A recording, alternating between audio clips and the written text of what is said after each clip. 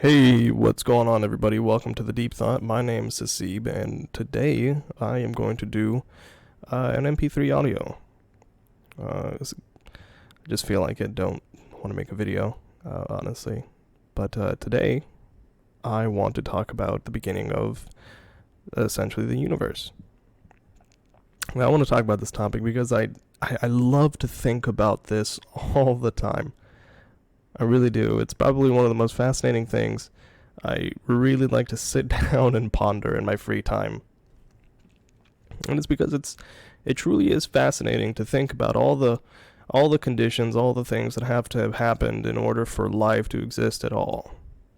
And most of the time we go throughout our lives without really thinking about this. We don't take into account in our lives the conditions, the wondrous thing that we've actually been given, called life. And I don't think we appreciate it enough because we don't think about all the conditions that are needed in order for us, for everything that we hear, see, smell, taste, touch, all of it, all of it. So let's get into it. So in the beginning of the universe, in my mind, obviously most of us are told that everything started off with a big bang. At least in the scientific field, it started off with a big bang. There was an explosion of light. All the matter in the universe was compressed into this little tiny ball that was essentially the millionth of a size of a dot that you can make on a piece of paper with a pencil just by literally dabbing the pencil onto the piece of paper. So that's what we believe. And because there was this giant explosion, all of the energy that was within that little thing, within the little Big Bang, came out, rushing out, just energy flowing and flourishing through all of the universe.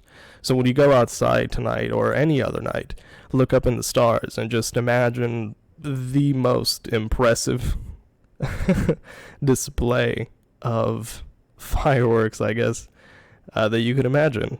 And that is essentially what the first few seconds of our entire universe was like, or so we like to think. And so there was obviously energy just going and gushing in all directions, in every which way that we can possibly imagine. This is the energy for the infinite, for eternity, to travel for eternity. And this energy was essentially just, flowing out there, and with all the particles of, photons that were sent out, released, creating different types of manifestations of energy, essentially combining together and creating little clouds of dust inside of this mass thing that we call the void, the great empty, the great emptiness, space. There were clouds formulating because all of the energy that had been released through the Big Bang was finally essentially getting together. It was so hot at some point that elements started fusing together after the Big Bang within just within milliseconds, and even faster than that, faster than we can possibly fathom. But all these elements were coming out and forming after the Big Bang, and eventually they created large clouds of other elements, of other chemical assortments, and at this point they started forming what we would believe galaxies, or at least those spirals. When we obviously watch those interesting documentaries on how the universe is made, or how our galaxies are formed, we see that all those galaxies are kind of spinning in a certain direction, and they're always they always have those tails towards the end of the galaxies. So here we understand that, once the Big Bang, through this theory of the Big Bang, everything that was formed was essentially first a cloud of dust, a cloud of nothing. Well, not literally nothing, it was chemicals, but essentially it was just dust clouds in space.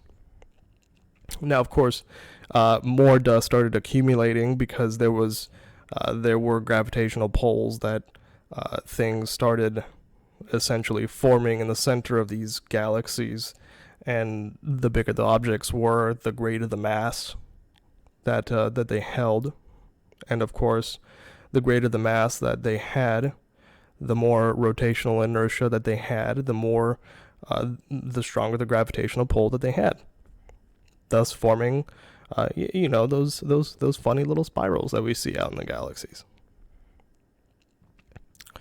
And with all this formation going on, we also have the formation of other objects. Through chemical reactions in space, we see that, different types of stars can form, like our lovely little sun, just a couple planets away. Lovely little sun that we have. We also see that there are other stars. We understand that all the conditions that go into creating those different types of stars, and what they do when they come to the end of their life, and supernova, or sometimes implode on themselves, and sometimes if they're large enough, I believe if they are large enough, they create black holes, or what we would theorize as being black holes, because they have such an amazing amount of gravitational pull that it just absorbs everything, including light, including photons, the very energy that we rely on ourselves from the sun. So with this, we understand that when the stars are forming, we also understand that there are other types of things that are forming, such as rocks, comets, all these various different types of things in space. And when these things come into the orbit of something like the sun, like our lovely little sun, they tend to get stuck in its orbit. And sometimes there's planets that get too close to the sun, get stuck into its orbit, like the planet Mercury, which is extraordinarily hot, and I don't believe would be habitable for human beings. And the planet essentially dies out because it's far too hot, so it can't have any type of life-giving water. It is a desolate planet. And then, of course, there is Venus, that is the next planet after Mercury, and that one is also uninhabitable by humans because it's still far too hot and does not have the capability to actually hold any water on its surface. And then we come to the formation of a planet like ourselves, like ours, like our own. And it contains the perfect conditions.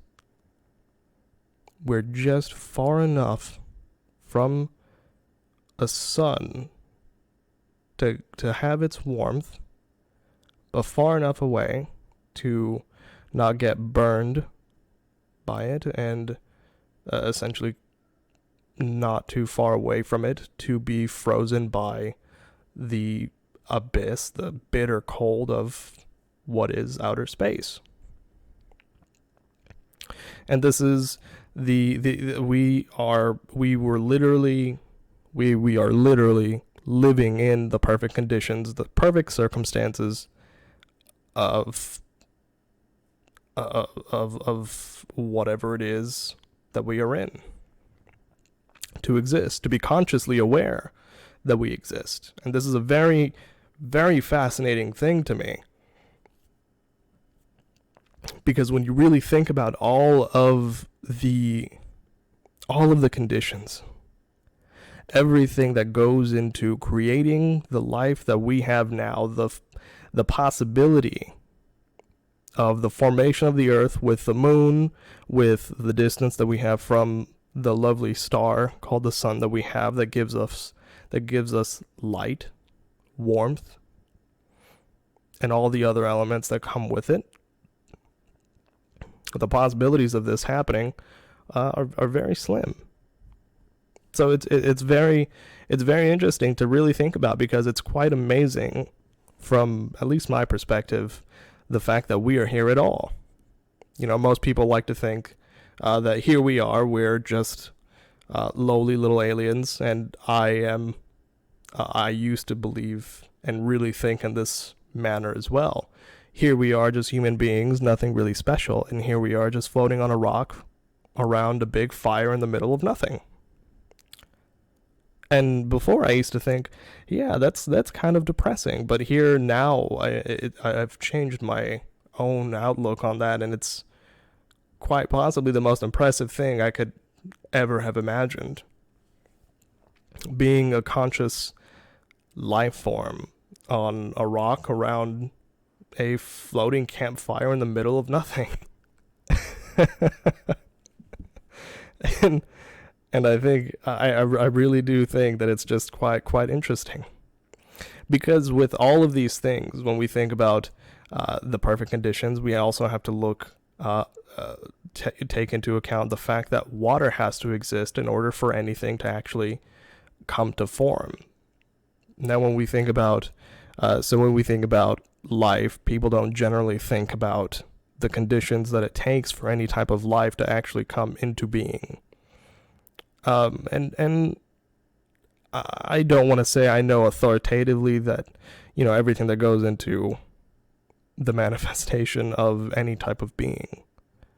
But I do believe that water is definitely a necessity. It's absolutely a necessity for any life to ever come into existence, or at least life as we know it certainly does. It relies on it, and it relies on the warmth of the sun as well, and the warmth of obviously the hot geysers in the bottom of the oceans that create the algae that were probably the very first things that manifested themselves in the life forms, because algae, from my understanding, is one of the things that forms from the extreme heat and pressure in the depths of the ocean, and that creates those microbial little bacterium that we definitely don't think about on an everyday basis. But because of these conditions, they create the algae, the little bacterium that eventually grow and transform and mutate, eventually creating something larger by communicating with each other. Of course, everything, to me, from my own perspective, my own belief is that everything, in a way, communicates with itself and other. So obviously, when those little amoeba were getting together down on the microscopic level, they were communicating with each other, creating small communities, and then eventually manifested into larger organisms, grew into larger organisms, devouring the smaller ones. And of course, eventually they got to the point where they were big enough to be considered what we call today something like a fish. And then, of course, after that transformation, there was a different type of transformation where they started to go on land and develop different types of organs and limbs and bones and cartilage and all these different things. And eventually,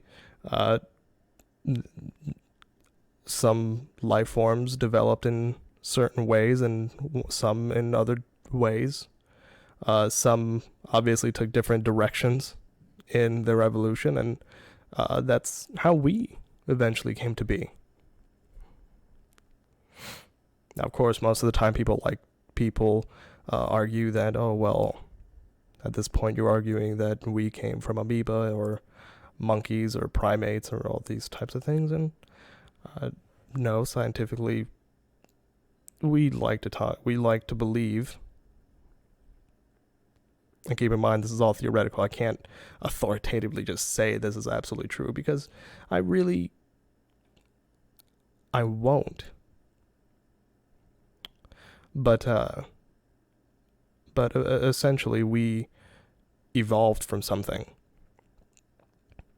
Don't care what it is, but we eventually mutated enough from all the transformations that we've gone through, and eventually mutated enough to where we developed the human mind that we have today.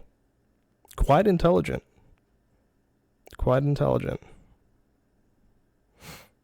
And here we are. We breathe. We think.